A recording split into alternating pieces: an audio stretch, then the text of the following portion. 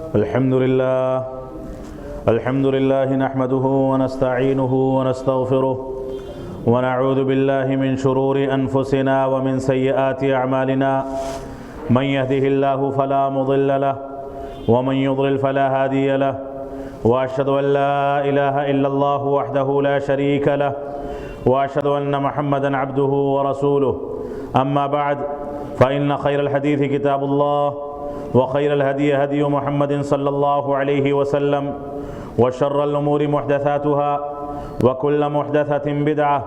وكل بدعة ضلالة وكل ضلالة في النار فأعوذ بالله السميع العليم من الشيطان الرجيم بسم الله الرحمن الرحيم إن الله لا يغير ما بقوم حتى يغيروا ما بأنفسهم وإذا أراد الله بقوم سوءا فلا مرد له وما لهم من دون الله من وال۔ محترم سامعین کرام، بزرگان دین، نوجوانان ملت اسلامیہ اور خواتین اسلام، گزشتہ سے پیوستہ جمعہ میں آپ حضرات کے سامنے رسول اکرم صلی اللہ علیہ وسلم اور قرآن مجید کی آیات اور احادیث کی روشنی میں وہ 3 رہنما اصول ذکر کیے گئے تھے جو موجودہ حالات میں ہمارے ضابطے اور ہمارے اصول ہونے چاہیے۔ مسلمان کتنے بھی خراب حالات سے جوجھ رہا ہو، کتنے بھی خراب حالات میں مبتلا ہو، اس کو کسی بھی انداز سے آزمایا جائے، ستایا جائے، اس کے اوپر مشکلات کا پہاڑ ٹوٹ پڑے، اس کی مساجد گرائی جائیں، اس کے گھروں پر ڈاکے ڈالے جائیں اور اس کے کاروبار کو ٹھپ کرنے کی کوشش کی جائے، چاہے جائے کہ وہ کسی بھی انداز کی وہ شورش ہو جو مسلمانوں کے اوپر مبتلا ہوتی ہے اور مسلمانوں کو نقصان پہنچانے کی کوشش کی جاتی ہے۔ یہ آج کے نئے دور کا معاملہ نہیں ہے۔ رسول اکرم صلی اللہ علیہ وسلم کے دور میں، عہد مبارک میں، عہد نبوت میں،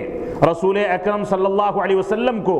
جب اللہ رب العالمین نے وَأَنذِرْ عَشِيرَتَكَ الْأَقْرَبِينَ کا حکم دیا کہ اب آپ اپنے قرابت داروں کو، اپنے رشتہ داروں کو علی الاعلان ڈرائیں اور باہر نکل کر کے دعوت توحید کو عام کریں، دعوت اسلام کو عام کریں، لوگوں کو بتائیں کہ صرف اللہ رب العالمین کی عبادت کیوں کی جاتی ہے، لوگوں کے سامنے وضاحت کریں کہ اللہ رب العالمین کے ساتھ اس کی ربوبیت میں یا اس کی الوہیت میں یا اس کے اسماء و صفات میں کسی کو شریک ٹھہرانا حرام بلکہ کفر کیوں ہے، شرک کیوں ہے۔ آپ نکلیں اور لوگوں کے سامنے اعلان کریں۔ جب رسول اکرم صلی اللہ علیہ وسلم نے اللہ رب العالمین کے حکم کے مطابق علی الاعلان دعوت اسلامی کو لوگوں کے سامنے پیش کیا اور لوگوں کے سامنے یہ وضاحت کی کہ میں تم کو ایسی چیزوں سے ڈراتا ہوں، آپ صفا کی پہاڑی پر چڑھ گئے اور وہاں سے قریش کے لوگوں کو صدا بلائی اور آواز دی کہ اگر میں یہ کہوں کہ پہاڑی کے اس جانب ایسا دشمن ہے جو تم کو تباہ و برباد کر دے گا اور اس جانب تم ہو تو کیا تم یقین کرو گے یا نہیں کرو گے؟ کفار و مشرکین مکہ نے یک زبان ہو کر کے کہا کہ آپ صادق و امین ہیں، آپ سچے ہیں، امانت دار ہیں، آپ سے جھوٹ بولنا ثابت نہیں ہے، آپ سے خیانت کرنا ثابت نہیں ہے، آپ سچائی کے علمبردار ہیں، آپ کبھی کسی کو دھوکہ نہیں دیتے، دوسروں کی مدد کرتے ہیں، دشمنوں کا تعاون کرتے ہیں، دشمنوں کا سہارا بنتے ہیں، بوڑھوں کا سہارا بنتے ہیں، دوسروں کے ساتھ ایسا سلوک کرتے ہیں کہ رہتی دنیا تک دنیا اس کو بتا بتا کر عش عش کرے، اس وجہ سے ہم اس پر یقین کر لیں گے۔ تو رسول اکرم صلی اللہ علیہ وسلم نے وہاں پر اعلان کیا کہ میں تم کو اس بات سے ڈراتا ہوں کہ صرف اللہ رب العالمین کی عبادت کی جائے اور اس کے ساتھ کسی کو شریک نہ ٹھہرایا جائے، صرف اللہ رب العالمین کی توحید کا اقرار کیا جائے،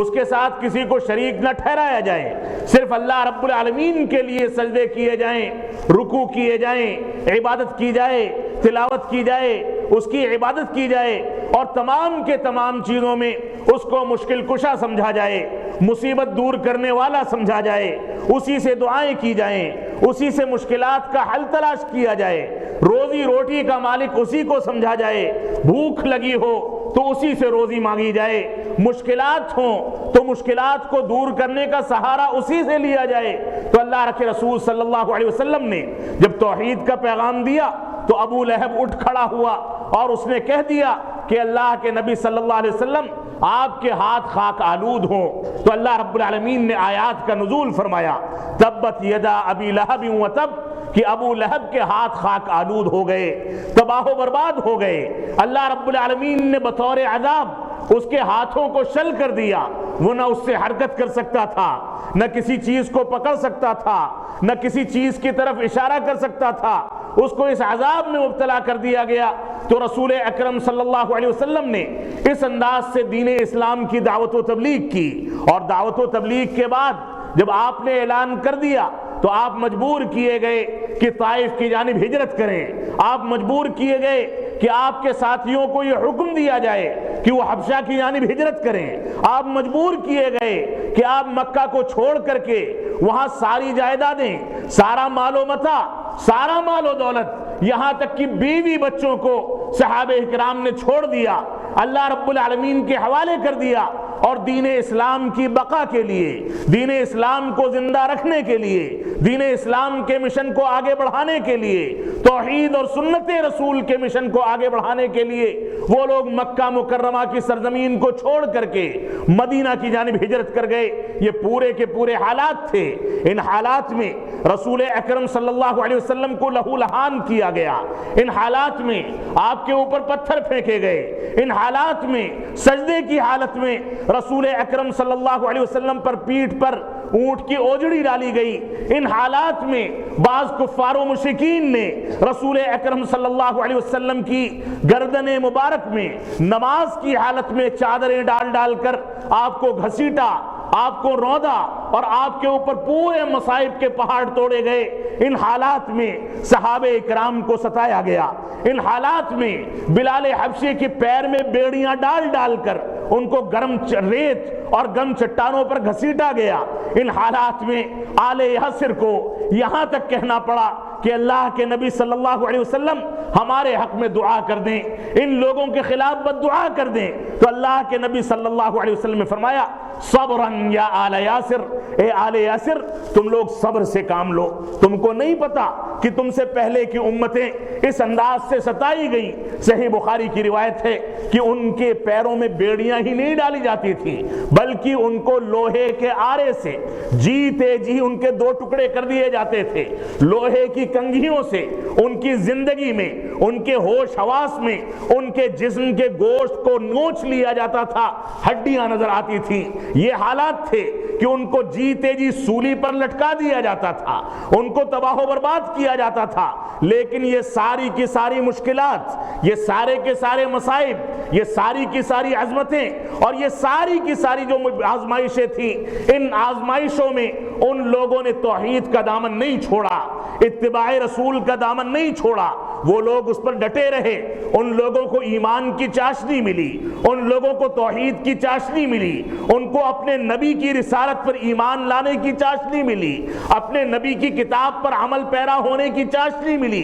اس کے نتیجے میں ان لوگوں نے دنیا کی ساری مشکلات کو، ان مصائب کو، ان مصیبتوں کو ان لوگوں نے آخرت کے عذاب کے مقابلے میں معمولی مصیبت سمجھ کر کے نظر انداز کر دیا۔ یہی صورتحال رسول اکرم صلی اللہ علیہ وسلم کے ساتھ ہوئی۔ لیکن آج کے دور میں جہاں آپ کو نمازیں پڑھنے کی پوری آزادی ہے، آج کے دور میں جہاں آپ آرام کے ساتھ مائک میں اذانیں دیتے ہیں، آج کے دور میں جہاں آپ آرام کے ساتھ تلاوت کر سکتے ہیں، آج کے دور میں جہاں آپ آرام کے ساتھ چہرہ مہرہ اور لباس، اسلامی لباس اور چہرے مہرے کے مطابق ڈھال سکتے ہیں، آج کے دور میں جہاں آپ اپنے بچوں کی اسلامی تربیت کر سکتے ہیں، آج کے دور میں جہاں آپ حلال و حرام کی تمیز کر سکتے ہیں، آج کے دور میں جہاں آپ اسلامی طریقوں کو اختیار کر کے غیر اسلامی طریقوں کو نظر انداز اور خیر بات کہہ سکتے ہیں، اس دور میں بھی اتنی آسانیوں میں بھی آج ہم نے کیا کیا ہے؟ نمازوں کی پابندی کرنے کا حکم ہم کو دیا گیا، مسجدوں کے دروازے کھلے ہیں، اذانوں کی آوازیں ہمارے کانوں پر ٹکراتی ہیں، اللہ رب العالمین کی توحید پر عمل کرنا آسان ہے، بچوں کی اسلامی تربیت آسان ہے، اسلامی رواداریوں کو اختیار کرنا آسان ہے، لیکن ہم بے نمازی بن گئے، ہم نے حلال و حرام میں تمیز نہیں کی، ہم نے کتاب اللہ اور سنت رسول اللہ کو نظر انداز کر دیا، کتاب و سنت کو سلف صالحین کے فہم پر سمجھنے کے بجائے ہم نے دوسروں کے اقوال پر اعتماد کیا اور بدعات اور شرکیات کو اپنی زندگی میں اس طرح سے رچا لیا اور بسا لیا، اس طریقے سے اختیار کر لیا کہ گویا یہ بدعات اور شرکیات اسلام کا حصہ ہیں۔ نعوذ باللہ من ذالک، مسلمانوں نے پوری تعبیر تبدیل کر دی، مسلمانوں نے اسلام کا چہرہ مسخ کر دیا، مسلمانوں نے اسلام سے دوری اختیار کر لی، مسلمانوں نے اسلام کے بارے میں اس انداز کی توجیحات اور تعویلات پیش کی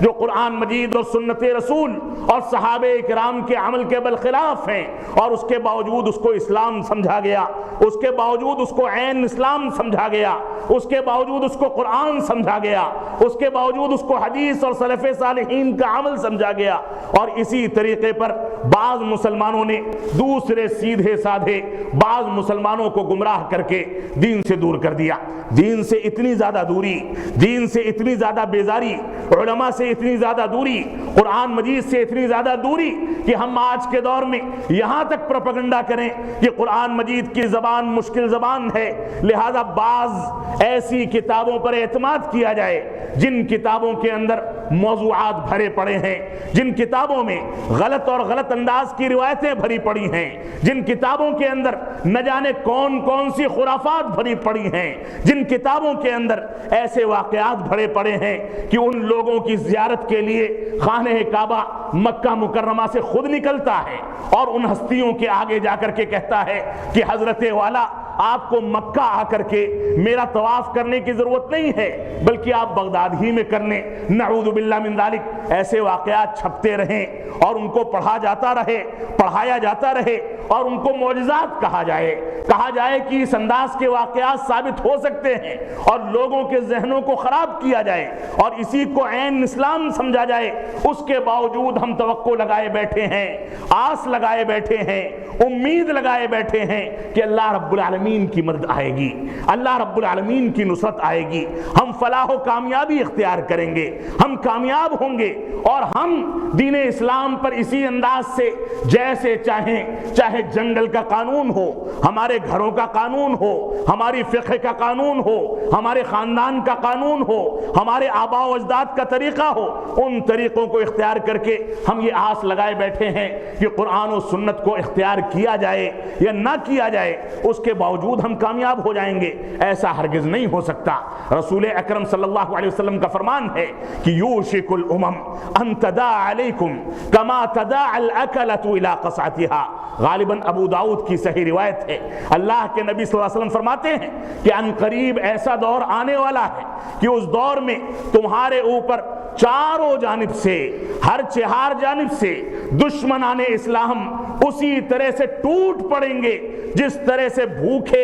ایک کھانے کے برتن پر ٹوٹ پڑتے ہیں۔ صحابہ کرام نے سوال کیا کہ اللہ کے نبی صلی اللہ علیہ وسلم کیا ہم لوگ اس وقت قلت اور ہماری تعداد کم ہوگی؟ اللہ کے نبی صلی اللہ علیہ وسلم نے فرمایا کہ نہیں، تمہاری تعداد کم نہیں ہوگی، بل انتم غثاء کا غثاء السیل، تمہاری تعداد اس طرح سے ہوگی جیسے سیلاب کے اندر کوئی کوڑا کرکٹ پھیل جاتا ہے اور پانی بھی نظر نہیں آتا،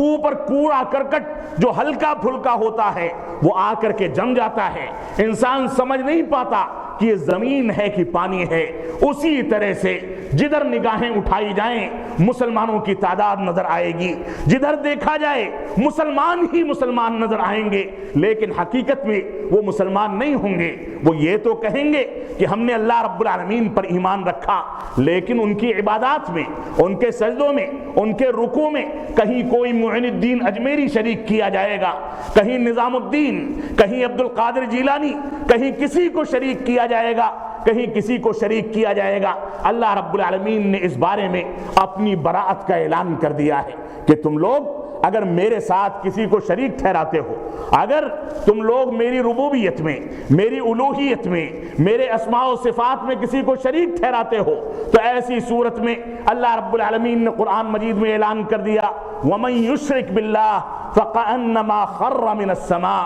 فَتَخْطَفُهُ الطَّيْرُ أَوْ تَهْوِي بِهِ الرِّيحُ فِي مَكَانٍ سَحِيقٍ، جس نے اللہ رب العالمین کے ساتھ کسی کو شریک ٹھہرایا تو گویا وہ آسمان سے گرا ہے اور اس کے بعد ہوائیں اس کو اچک لے جائیں یا پرندے اس کو اچک لے جائیں یا دور کے مقام پر لے جا کر کے ہوا اس کو جھونک دے اور پھینک دے، اس کی کوئی حیثیت نہیں ہے۔ بالکل ہلکا پن کا انسان، اس کے عمل کے اندر کوئی دم نہیں، اس کی باتوں میں کوئی دم نہیں، وہ اپنے مولائے حقیقی کو بھول گیا، اس رب کائنات کو بھول گیا جس نے ایک حقیر پانی سے اس کو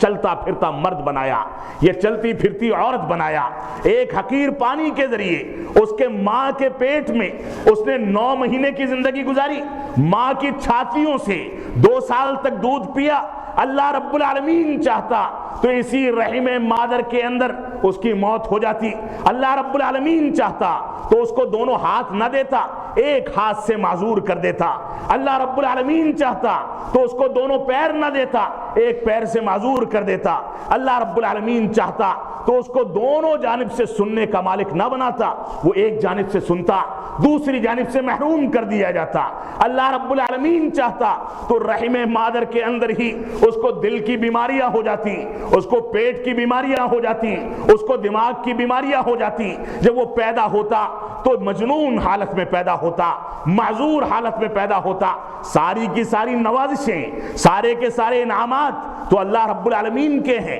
اور اس کے باوجود مسلمانوں کو کیا ہوا ہے کہ اللہ رب العالمین نے جن بندوں کو پیدا کیا وہ بندے بھی بیماری کی صورتحال میں اللہ سے شفایابی مانگتے تھے، وہ بندے بھی بھوک کی حالت میں اللہ رب العالمین سے روزی روٹی مانگتے تھے، وہ بندے بھی بیماری کی حالت میں اللہ رب العالمین سے شفایابی مانگتے تھے، دواؤں کا استعمال کرتے تھے، چلتے تھے تو اللہ رب العالمین کی قوت کے ذریعے سے، بولتے تھے تو اللہ رب العالمین کی نعمت کے ذریعے، دیکھتے تھے تو اللہ رب العالمین کی نعمت کے ذریعے۔ آج کیا ہو گیا ہے کہ مسلمان انہی لوگوں کو پوچھتے ہیں، مشکل کشا سمجھتے ہیں، ان سے دعائیں کرتے ہیں، ان سے منتیں مانگتے ہیں، ان کی قبروں کو اونچا کرتے ہیں، ان کی قبروں کو پکا کرتے ہیں۔ آج ہماری صورتحال اتنی دیگرگوں ہے کہ ہم اپنی صورتحال پر جتنا زیادہ ماتم کریں وہ کم ہے، اور حقیقت یہ ہے کہ اگر اللہ رب العالمین ہمارے اعمال کے نتیجے میں،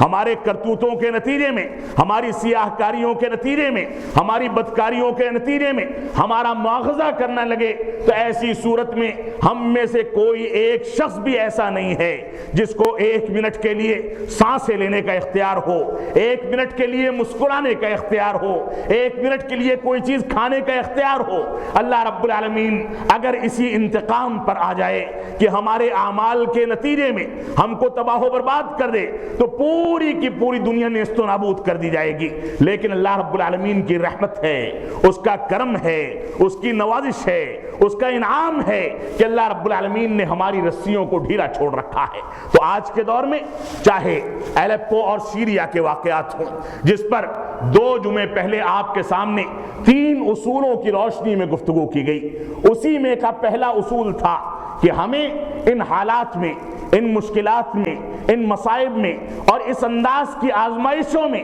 ہم کہ اللہ رب العالمین کو یاد کر کے اپنی گریبانوں میں جھانکنا چاہیے، دیکھنا چاہیے کہ ہم نے کتنا اسلام کو اختیار کیا، دیکھنا چاہیے کہ ہم نے قرآن مجید کو کتنا اپنایا، ہم کو دیکھنا چاہیے کہ قرآن مجید اور سنت رسول نے ہماری زندگی میں کتنی تبدیلیاں پیدا کی ہیں۔ تو پہلا اصول یہ تھا کہ ہم ان مصائب میں اپنے گریبانوں میں جھانکیں اور اپنے اندر تبدیلی پیدا کرنے کی کوشش کریں، کیونکہ اللہ رب العالمین کا فرمان ہے کہ اللہ رب العالمین اس قوم کی حالت کو اس وقت تک نہیں بدلتا جب تک وہ قوم اپنی حالت کو بدلنے کی ذمہ داری خود نہ اٹھا لے، خود اپنے اندر تبدیلی پیدا نہ کرے، بذات خود اپنے اندر تبدیلی کی کوشش نہ کرے۔ لیکن یہ کون سی قوم ہے کہ حرام کھاتی ہے تو کھاتی رہتی ہے، استطاعت کے باوجود حج کو نظر انداز کرتی ہے تو نظر انداز کرتی رہتی ہے، نمازیں چھوڑتی ہے تو چھوڑتی رہتی ہے، اور ایک بہت موٹا سا اصول ہم نے اختیار کر لیا ہے کہ ابھی تو پوری زندگی پڑی ہے، ابھی تو جوانی پڑی ہے، ابھی بچپنے کا آخری حصہ پڑا ہے، ابھی بڑھاپے کی پوری عمر پڑی ہے، جب بوڑھے ہو جائیں گے اور قبر میں پیر لٹک جائے گا تب اللہ رب العالمین کی عبادت کر لی جائے گی، تب حج کو انجام دے دیا جائے گا۔ کوئی ایک انسان کوئی ایک طاقت، کوئی ایک ملک اس بات کی ضمانت دے کر کے دکھا دے کہ کوئی بچہ پیدا ہوا ہے اور اگلے 10 سیکنڈ تک وہ زندہ رہے گا، اگلے 1 سیکنڈ میں وہ زندہ رہے گا، اس مسجد میں حاضری دینے والے یہ جو مصلی ہیں یہ ضمانت نہیں دے سکتے کہ یہاں سے صحیح سلامت اپنے گھروں کو پہنچیں گے۔ اگر موت آتی ہے تو کہاں سے دبوچتی ہے، کس انداز سے انسان تباہ و برباد ہوتا ہے، کہاں موت کی نیند سو جاتا ہے، انسان اس کی ضمانت نہیں دے سکتا۔ سارے حقائق سامنے ہیں، باپ کے سامنے بیٹا مر جاتا ہے، بیٹے کے باپ کے سامنے پوتا مر جاتا ہے، باپ کے سامنے اس سے چھوٹی عمر کے لوگ مر جاتے ہیں، افسوس کرتا ہے، آنسو بہاتا ہے، 2-3 روز سوگ کرتا ہے، اور اس کے بعد پھر نمازوں کی وہی حالت، حلال و حرام کی تمیز نہ کرنے کی وہی حالت، دین اسلام سے دوری کی وہی حالت، یہ ہماری صورتحال ہے۔ تو اللہ رب العالمین نے فرمایا ان اللہ لا یغیر ما بقوم حتی یغیروا ما بانفسهم، کہ اللہ رب العالمین کسی قوم کی حالت اس وقت تک نہیں بدلتا جب تک وہ قوم اپنی حالت خود نہ بدل لے، اور وَإِذَا أَرَادَ اللَّهُ بِقَوْمٍ سُوءًا فَلَا مَرَدَّ لَهُ، اگر اللہ رب العالمین کسی قوم کے ساتھ کسی برائی کا ارادہ کر لے، کسی عذاب کا ارادہ کر لے، اس کو کسی انداز کا نقصان پہنچانے کا ارادہ کر لے، تو اللہ رب العالمین کے علاوہ کوئی ٹال نہیں سکتا۔ اللہ رب العالمین ہی ہے جو مشکلات کو دور کرتا ہے، اللہ رب العالمین ہی ہے جو خوشیوں کی زندگی دیتا ہے، رب کائنات ہی ہے جو دنیا میں عزت و وقار دیتا ہے، حکومت دیتا ہے، آل اولاد دیتا ہے، ملوکیت دیتا ہے، بادشاہت دیتا ہے، عزت و وقار دیتا ہے، لیکن جس دن اس نے اپنا حکم جاری کر دیا، یہ عزت و وقار، یہ کرسیاں، یہ عہدے، یہ مناصب، یہ سب کے سب مٹی میں مل جاتے ہیں، انسان اس کو لے کر کے اپنی قبروں تک نہیں جاتا، اپنی سمادھیوں تک نہیں جاتا، اپنی آخرت میں لے کر کے نہیں جاتا، بلکہ اس کے بارے میں جتنا سخت سوال آخرت میں کیا جائے گا، جتنا بڑا ذمہ دار ہے، جتنی بڑی کرسی کا مالک ہے، جتنے بڑے منصب والا ہے، جتنا بڑا عہدیدار ہے، اتنے زیادہ دقیق اور مشکل سوالات کیے جائیں گے۔ اللہ رب العالمین کے دربار میں رسول اکرم صلی اللہ علیہ وسلم فرماتے ہیں من نوقش الحساب عذب، جس کے بارے میں یہ کہہ دیا گیا کہ اس سے حساب و کتاب کے بارے میں پوچھ لیا گیا کہ ایسا کیوں ہے اور ایسا کیوں نہیں ہے، ایسی صورت میں عذاب یقینی ہے۔ اللہ رب العالمین ہم کو اپنے عذاب سے اور اس انداز کی آزمائش سے اور آخرت کی ناکامی سے محفوظ رکھے۔ اللہ رب العالمین ہم کو توفیق عطا فرمائے کہ ہم صحیح انداز سے اپنی ذمہ داریوں کا حق ادا کر سکیں، اپنے ذمہ دار ہونے کی حیثیت کو سمجھ سکیں، اس بات کو سمجھ سکیں کہ باپ ہونے کی حیثیت سے اللہ رب العالمین نے اولاد کا کیا حق رکھا ہے، ذمہ دار ہونے کی حیثیت سے رعایا کا کیا حق رکھا گیا ہے، یہ اللہ رب العالمین نے ہماری مسئولیت بتائی ہے۔ اس مسئولیت سے کسی انداز سے چھٹکارا نہیں مل سکتا۔ تو 3 اصول بتائے گئے تھے۔ ایک اصول تو یہ ہے کہ انسان اپنے اندر تبدیلی پیدا کرے، دوسرا اصول یہ ہے کہ انسان آگے آنے والے حالات کے لیے اپنے آپ کو علم کی مضبوطی کے ذریعے دین اسلام کی جانب رجوع کر کے اپنے آپ کو مضبوط کر کے قرآن و سنت کے مطابق اپنی زندگی کو ڈھال کر کے لوگوں کے حقوق کو ادا کر کے ظلم و جور سے توبہ کر کے حلال و حرام کی تمیز کا اختیار کر کے حاصل کر کے اور حلال و حرام میں حرام کو الوداع کہہ کر کے حلال پر عمل کرے اور حلال کے مطابق چلے، اسی کو کھائے۔ ان چیزوں پر اپنی نظر ثانی کر کے اور مکمل طریقے سے مسلمان بن کے آگے آنے والے دور میں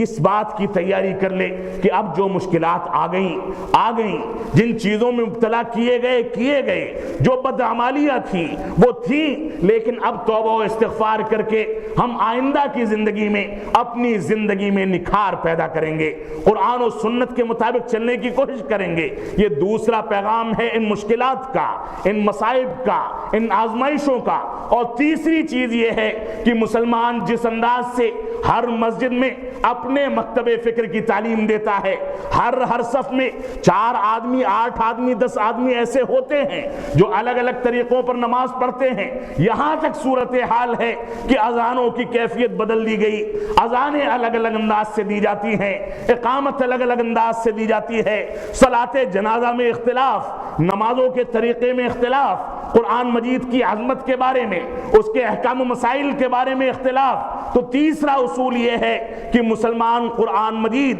اور سنت رسول کے مطابق صحیح انداز سے اتحاد و اتفاق پیدا کرے، قرآن مجید کے اصولوں پر، سنت رسول کے اصولوں پر، اور ان اصولوں پر جو صحابہ کرام نے اختیار کیے، جس انداز سے صحابہ کرام نے قرآن مجید اور سنت رسول کو سمجھا، اسی انداز سے ہم سمجھیں اور اپنی زندگی کے اندر اتحاد و اتفاق پیدا کریں۔ یہ 3 رہنما اصول تھے جن پر گفتگو کی گئی تھی۔ اللہ رب العالمین ہم کو ان کے مطابق زندگی گزارنے کی توفیق عطا فرمائے۔ اگرچہ تمہید لمبی ہوئی لیکن باتیں بہت ساری آ گئیں۔ میں خطبہ جمعہ کے اصل موضوع پر آتا ہوں۔ اس سلسلے میں جو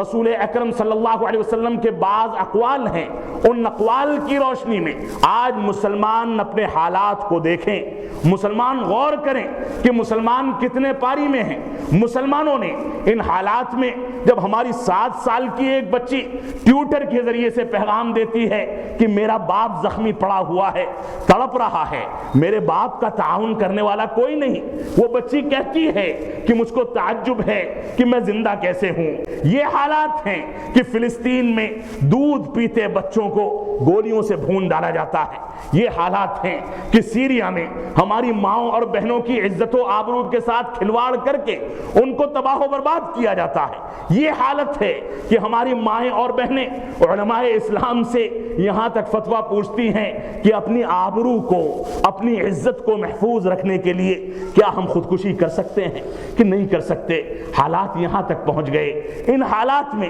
کیا ہم نے تبدیلی پیدا کی؟ کیا ہم نے قرآن مجید اور سنت رسول کی جانب رجوع کیا؟ کیا ہم نے اس بات پر غور و فکر کیا کہ ہم سچے مسلمان بن سکے یا گروہوں میں تبدیل ہو کر کے اپنے آپسی انتشار میں الجھ کر کے زندگی گزار رہے ہیں؟ کوئی اپنے آپ کو حنفی کہتا ہے، کوئی حنبلی کہتا ہے، کوئی مالکی کہتا ہے، کوئی شافعی کہتا ہے، آخر کوئی محمدی بھی کہہ دے، کوئی قرآن و سنت کا حامل بھی بن جائے، کوئی قرآن مجید اور سنت رسول کی جانب رجوع بھی کر لے۔ ان چیزوں پر ہم نے غور کیا یا نہیں کیا؟ اس سلسلے میں ہم کو سمجھنا چاہیے آج کے معاشرے میں ہم نے گناہوں کو معمولی سمجھ لیا، گناہوں کو نظر انداز کر دیا، گناہوں کے بارے میں یہ تصور پیدا ہو گیا کہ آج کر لیں گے اور کل توبہ کر لیں گے۔ اللہ رب العالمین جان بوجھ کر کیے گئے گناہ کے بارے میں توبہ و استغفار کے جو شرائط ہیں، ان شرائط کو سامنے رکھا جائے تو ایسی صورت میں شاید ہم کو یقین ہو جائے گا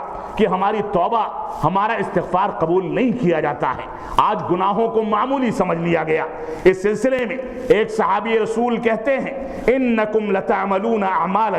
ہی ادق من اعینکم من الشعر كنا نعدها على عهد رسول اللہ صلی اللہ علیہ وسلم من الموبقات۔ صحیح بخاری کی روایت ہے، کہتے ہیں کہ تم لوگ آج کے دور میں جن گناہوں کو معمولی سمجھتے ہو اور ان چیزوں پر عمل کرتے ہو، ان کارستانیوں کو انجام دیتے ہو، ان سیاہ کاریوں کو انجام دیتے ہو، وہ گناہ تمہاری نظر میں آج کے دور میں بال سے بھی زیادہ معمولی ہیں، باریک ہیں۔ ان گناہوں کو گناہ نہیں سمجھا جاتا۔ صحابی رسول کہتے ہیں، کننا نعدها علی عہد رسول اللہ صلی اللہ علیہ وسلم من الموبقات۔ رسول اکرم صلی اللہ علیہ وسلم کے دور میں، عہد مبارک میں، ان گناہوں کو ہم لوگ تباہی کا سبب سمجھتے تھے، تباہ کرنے والے گناہ سمجھتے تھے۔ آج کے دور میں بڑے آرام کے ساتھ زبانیں کھلتی ہیں، ہونٹوں میں حرکت ہوتی ہے، اور مدینہ منورہ اور مکہ مکرمہ کے بعد سب سے اعلیٰ مقام ہندوستان میں پیدا ہو جاتا ہے۔ آج کے دور میں بڑے آرام کے ساتھ ہم یہ دیکھتے ہیں کہ ہمارے جن اداروں سے ان لوگوں کے خلاف فتوے نکالے جاتے ہیں، خود ان اداروں کے اندر ایسے نلکے اور ایسے کنویں اور رسول اکرم صلی اللہ علیہ وسلم کا رومال کے زعم کر کے رومال تک موجود ہیں، جن میں خواتین کو کھڑے ہو کر کے وہاں سے تبرک حاصل کرنے اور ان چیزوں سے نہیں روکا جاتا، لیکن وہیں بغل میں عظیم الشان مسجدیں قائم ہیں، ان مسجدوں میں ان خواتین کو روکا جاتا ہے، ان کو نہیں گھسنے دیا جاتا۔ یہ شریعت اسلامیہ کی اور اس کی تعلیمات کا تقاضا نہیں ہے کہ ایسی چیزیں ایجاد کی جائیں جن سے دنیا میں خرافات پھیلیں، بد اعتقادی پھیلے، غلط انداز کے اعتقادات پھیلیں،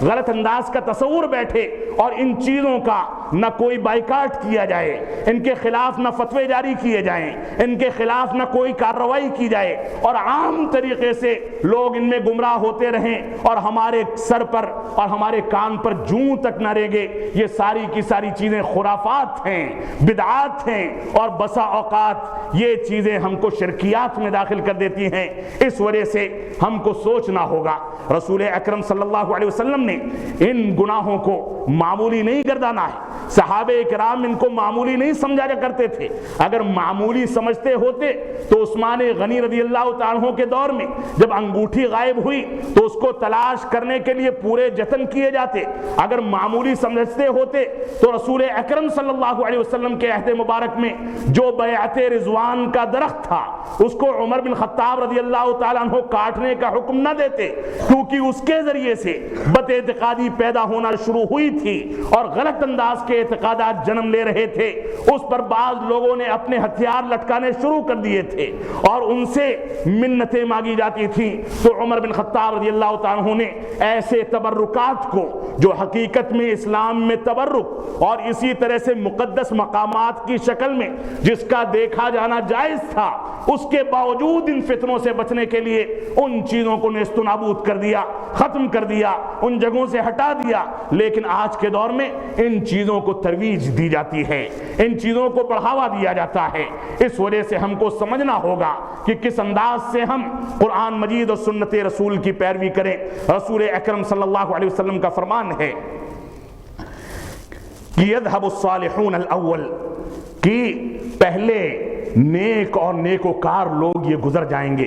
اور اس کے بعد وَيَبْقَى حُفَالَةٌ كَحُفَالَةِ الشَّعِيرِ أَوِ التَّمْرِ لا يباليهم اللہ بالتن۔ اللہ رب العالمین، اللہ کے رسول صلی اللہ علیہ وسلم فرماتے ہیں، صحیح بخاری کی روایت ہے کہ پہلے کے دور کے لوگ، نیک اور صالح لوگ جو قرآن مجید اور سنت رسول کو سمجھنے والے ہیں، جب یہ گزر جائیں گے تو ایسا دور آئے گا، ایسے افراد آئیں گے جن کی مثال بھوسے کی طرح سے ہوگی،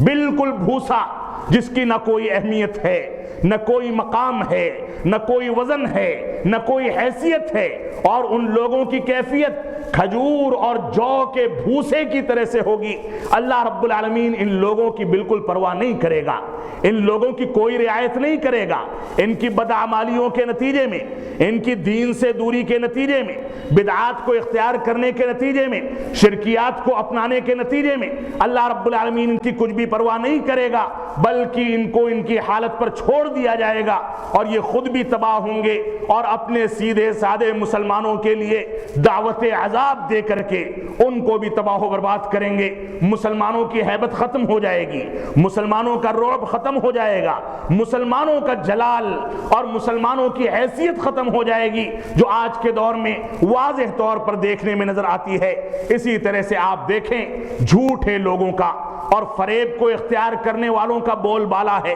جھوٹ بول کر جو جتنی تجارت کو چمکا لے۔ مسلمانوں میں میں سمجھتا ہوں کہ آج کے دور میں ایسا طبقہ غیر مسلموں سے زیادہ پایا جاتا ہے۔ اسی طرح سے چرب زبانی کے ذریعے دنیا میں ترقی کرنا اور معاش کو اپنانا، ترقی کرنا، یہ بھی مسلمانوں کا خاصہ بن گیا۔ مبالغہ کیا جائے، چرب زبانی سے کام لیا جائے، تجارت کے بارے میں غلط بیانی کر کے یا مبالغہ کر کے دوسروں کو بے وقوف بنایا جائے، یہ بھی مسلمانوں کا مشغلہ ہے۔ اسی طرح سے مسلمان ایک دوسرے میں برادری میں فخر کرتے ہیں، عصبیت کرتے ہیں، علاقائی عصبیت مسلمانوں میں موجود ہے، برادری کی عصبیت موجود ہے، علاقائی عصبیت معصیت موجود ہے، یہ بھی مسلمانوں کی پستی اور تنزلی کے اسباب میں سے ایک سبب ہے۔ اسی طرح سے پیر و مریدی کا جو دور آج کے دور میں چلتا ہے، اس نے بھی مسلمانوں کو قرآن مجید اور سنت رسول سے دور کر دیا۔ آپ دیکھ لیں،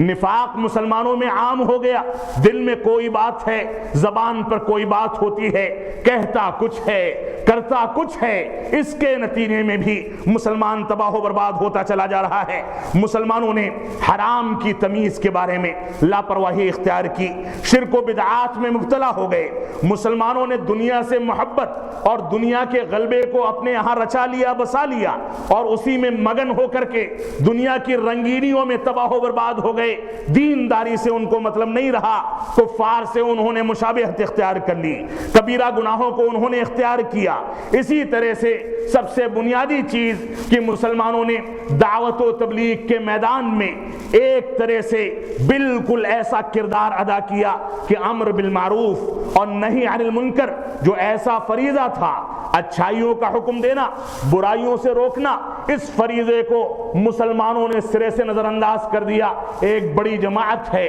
جو امر بالمعروف کا فریضہ انجام دیتی ہے، لیکن اعتماد موضوع روایت پر ہوتا ہے، اعتماد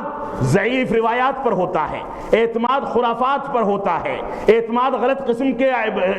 قسم کے واقعات پر ہوتا ہے۔ اگر ہم کو امر بالمعروف اور نہی عن المنکر کے سلسلے میں بیداری پیدا کرنی ہے تو دونوں فریضوں کو لے کر کے چلنا ہوگا۔ صرف اچھائیوں کا حکم دینا، لوگوں کو مسجدوں سے جوڑ دینا، لوگوں کو نمازی بنا دینا، اور اندرونی اور باطنی خرابیاں باقی رہیں، دھوکہ دھڑی باقی رہے، حلال و حرام کی تمیز نہ کرنا باقی رہے، اور اسی طرح سے لین دین میں غبن اور ہر انداز کی خرافات باقی رہے، تو ایسی صورت میں یہ فریضہ انجام کو نہیں پہنچتا۔ اس فریضے کی انجام دہی کے لیے ضروری ہے جہاں قرآن مجید کی آیات پڑھ کر سنائی جائیں، وہیں وعیدیں بھی بتائی جائیں کہ اگر ایسا نہ کیا گیا تو یہ عذاب آ سکتا ہے، فلاں کام کو کرنا حرام ہے، ناجائز ہے، مکروہ ہے، لہٰذا اس سے دوری اختیار کی جائے۔ لیکن ایک جانب ہم صرف اس بات پر توجہ دیتے ہیں کہ لوگوں کو اچھائیوں کا حکم دیا جائے،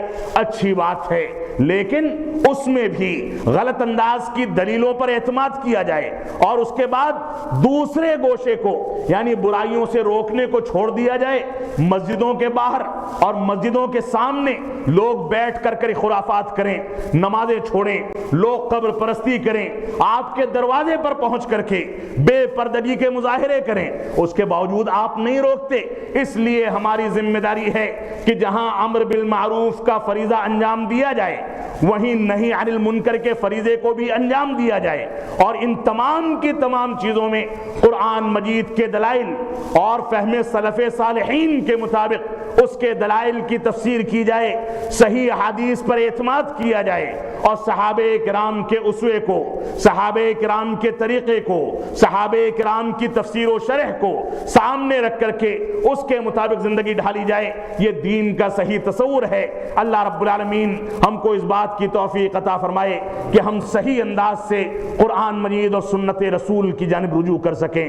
ان حالات میں ہم غور کر سکیں کہ ہمیں کن چیزوں میں تبدیلی پیدا کرنی ہے، ہم غور کر سکیں کہ کن چیزوں کے اندر ہم کو سیرت رسول کو اختیار کرنا ہے، سنت رسول کو اختیار کرنا ہے، اتباع رسول کے مطابق زندگی گزارنی ہے، اور کون سی چیزوں میں ہم نے غلط کاریاں اختیار کی، دوسروں کے اقوال پر چلے، قرآن و سنت کو نظر انداز کیا، قرآن و سنت میں توجیہ و تعویل کی، قرآن و سنت کے غلط مفہوم کو لوگوں کے سامنے پیش کیا۔ ہم اذانوں میں اشہد ان محمد رسول اللہ تو پکارتے ہیں، لیکن نمازوں میں اللہ کے رسول کے طریقے کو اختیار نہیں کرتے۔ ہم اذان میں اللہ رب العالمین کے معبود حقیقی ہونے کی گواہی تو دیتے ہیں، لیکن مسجدوں کے اندر صرف اس کے لیے سجدے نہیں ہوتے، صرف اس کے لیے رکوع نہیں کیا جاتا۔ اس وجہ سے ہماری ذمہ داری ہے کہ ہمارا ظاہر جیسا ہو ویسا ہی ہمارا باطن ہو، ہمارا ظاہر قرآن مجید اور سنت رسول کی شکل میں ہو، اور ہمارا باطن بھی سیرت رسول اور اتباع رسول اور اسوہ صحابہ کے مطابق ڈھلے۔ اللہ رب العالمین ہم کو توفیق عطا فرمائے کہ ہم جب تک جئیں تب تک اسلام پر جئیں، جب ہمارا خاتمہ ہو تو ایمان پر ہو۔ بارک اللہ لنا ولکم فی القرآن المجید ونفعنی وإیاکم بالآیات والذکر الحمید انہ تعالی جواد کریم ملک بر الرؤوف الرحیم.